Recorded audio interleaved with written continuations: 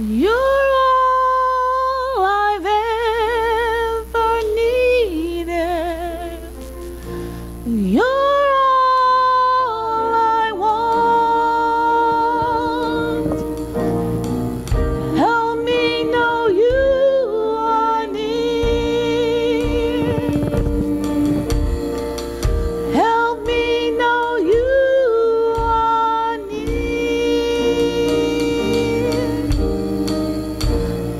Lord, I thank you and I praise you for just being near to your children this morning, all the things that were spoken and unspoken, God. And we thank you for a new opportunity to come upon a new year. So, Lord, as we pressed our way here this morning, knowing that you had something to say to your children, Lord, as your humble servant, I pray that the words of my mouth and the meditation of my heart is acceptable in your sight, for you are my strength and my Redeemer. Amen, amen, and amen.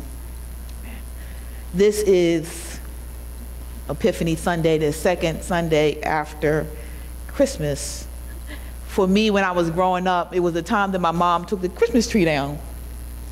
Didn't understand why, didn't understand the significance, but in United Methodist Church, this is one of the Sundays that we recognize, and the Epiphany is, the story of the Epiphany is one of the stories that shows in Matthew, but not in the other Gospels. And in United Methodist Church, we think it's important because it is when the wise men come upon Jesus and realize that that is the baby who is the Messiah. I don't know about you, I have epiphany moments when things just hit me, and I can't even imagine what it was like for the three wise men after going through all what they've gone through to get to see the baby Jesus. And this particular story has always intrigued me. I've heard it many times over my short life. And somebody said short? Yeah, short. I know 60 is not short. When I was young, I thought 60 was old, but now that I'm at 60, ooh, it's really young. Amen, amen, amen. Just thinking about the things that, I told you all before that I'm kind of cerebral. So the things that, kind of didn't add up to me, like the whole idea of the baby Jesus. Now, in my current mind, looking at the way where we are right now, it would make sense. You hear about a baby that's born and you jump on a plane and you go see them, or you get in a train, or get on a train and you go see them, or you drive and you go see them, and you can still see them as a newborn. But that wasn't the reality of that time. So in our time of love of babies, the commercial world has gotten us to think of Christmas and the birth of Jesus and the Magi as something that happened within a short amount of time. But if we look at the story, it happened roughly over a 2-year period, because these guys actually heard about, saw the star, heard the stories about the baby Jesus, went to the place where some of the conversation was taking place around King Herod, and they go there and they're searching, they're wondering, about this story that they're hearing about. So they're asking some of the people who are wise, and they start talking about it. King Herod hears about it, calls all the wise people in, calls all his priests and scribes in, and starts asking questions about this baby. And even though he sends the wise men off to look for the baby because he says he wants to honor them, we all know that's not the truth. Because if you know anything about King Herod and his reign, he was not very compassionate. He had his wife killed, one of his wives killed, he had some of his sons killed, he randomly killed people who didn't go along with him. So when he heard about this, I see some people smiling, just kind of bring me to the present, but I won't go there.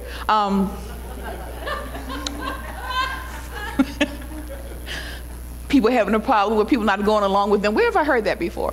Anywho, so King Herod hears about this baby, he starts asking questions. So it says that the people around him got a little nervous, and rightfully so, because this man wasn't known to be a compassionate person. So if he randomly took things out on people, I would not have wanted to be anywhere near him when he found out that everybody was asking about this king, and not a king, a big person that he can go, have a battle with, but a baby. But then I started looking into that time frame and know that infanticide, I'm saying it right now. Am I saying it right? Thank you, Becky. Infanticide was popular then. And if you are not familiar with the word, I'm going to shock you in a moment.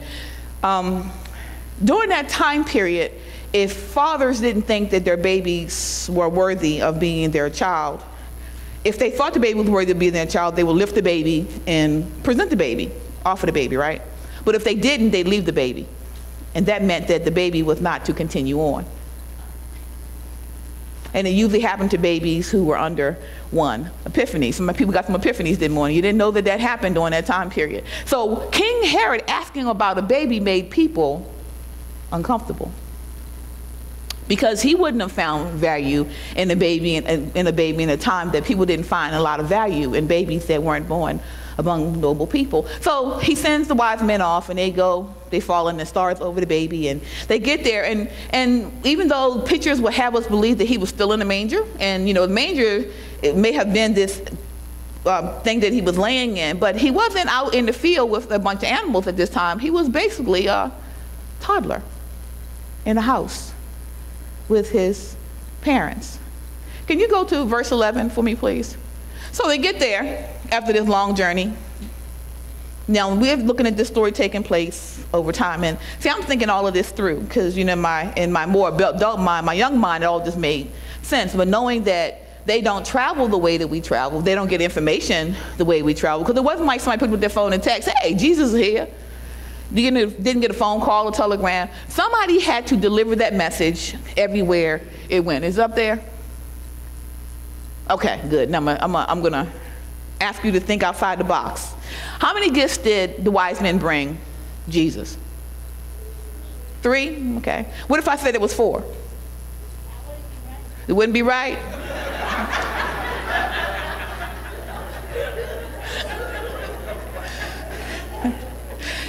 Thank you for your honesty. I love it. I love it. I love it. I'm gonna point something out to you, because when I take my time and I sit with these, when you see the word "then," sometimes it means in addition to, right? So it says, on coming to the house, they saw the child. They didn't say infant, didn't say newborn. Saw the child with his mother Mary, and they bowed down and worshiped him. There are scholars, and then there's me, your pastor, who believes that was the first gift. They recognized who he was. They could have looked down at the baby and said, "Oh, he's just any other baby." But they gave him the gift of honoring him as the Messiah that they had heard about and were looking for. So for me and some scholars, and not Jack, that would be the first gift. That would be the first gift. And then it says then, which the definition of then, in addition to, they opened their treasures and presented him with gold, frankincense, and myrrh. Okay, so I'm asking again. How many gifts did the wise men bring? Okay, 3. How many gifts did the wise men offer? How about that? Is that better? Okay, good. That's better. I was saying it wrong. They offered for self. That's, I think, my brothers and sisters, for me, where we sometimes go wrong, where we are not in sync with the wise men. The first thing they did was offer themselves. The first thing we should do is offer ourselves. When we come into relationship with Christ, we hear all these wonderful things, and when we join the church, that's why we ask people to come up. You are offering yourself, and then you bring your gifts, right? People looking at me like, Epiphany. This is the aha moment. This is the Epiphany Sunday, because the first you hear this voice and it says, it's time, you need to go. And you go up and you offer yourselves, the first gift, to God. And then God awakens the gifts in us to offer back to Christ. How'd that sound?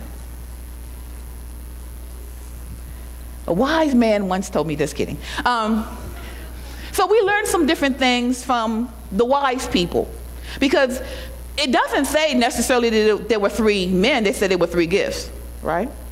It says that wise men went. It didn't say 3 wise men went. It says wise men went. They offered themselves, and 3 people opened chests and gave them gifts.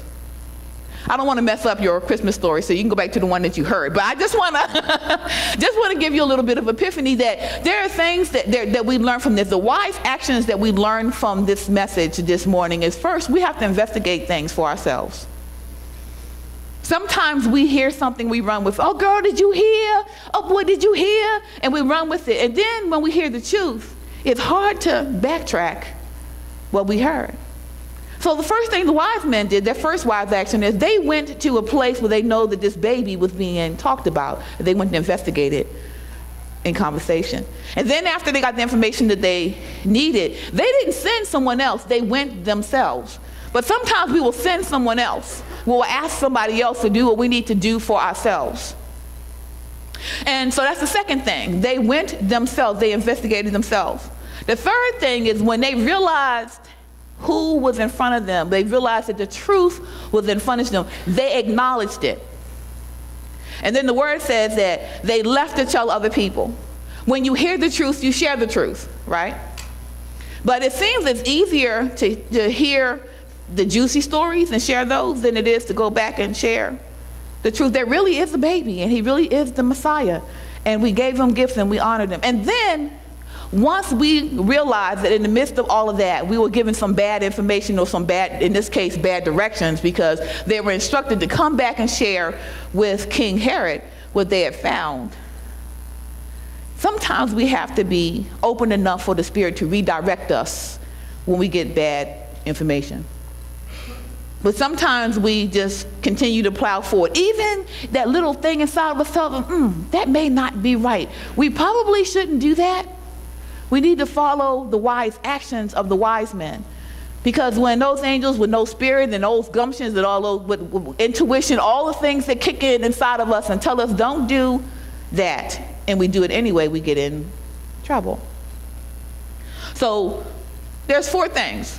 Okay, they offer themselves, they offer these 3 gifts. The gold for financial future, frankincense for cleansing, myrrh for helping to prepare his body. Right? Do I have it backwards? Okay, that's right. Myrrh to help him prepare his body. They're recognizing in their gifts that he is going to be out ministering. So he needed the gifts of gold. He needed the frankincense to get away the bad spirits. I use that myself. I believe in oil. And then the myrrh is the thing that they prepare him. So they're recognizing with their gifts who he is. God has given us all gifts. When we give ourselves to the church, there is an expectation that we use the gifts, that we open up this trunk, this body, ourselves, and offer our gifts to Christ. Are y'all still with me? Okay. So the wise things that they did and the wise things that we're asked to do is to follow the advice, the wise actions of these people. At least 3 of them we know were present. God will speak individually to each of us. And sometimes God will tell us to go against the status quo, just as they told these men. Because see, the king was used to sending people out for him and coming back and reporting back to him, but they went against that. And unfortunately, if you read further on, he got upset and he had the children under 2. He did away with the children under 2. I realized there are children in here, so I'm trying to word this in a way that doesn't sound so horrible. In his anger, and he realized he was tricked, he did away with the children under 2. Do know that when you go against the status quo, that there may be some repercussions, but do it anyway. Those are the wise actions that we have to take. That is the message that we learn from the wise men in this story this morning. That sometimes our wise actions may cause some challenges, but we do them anyway.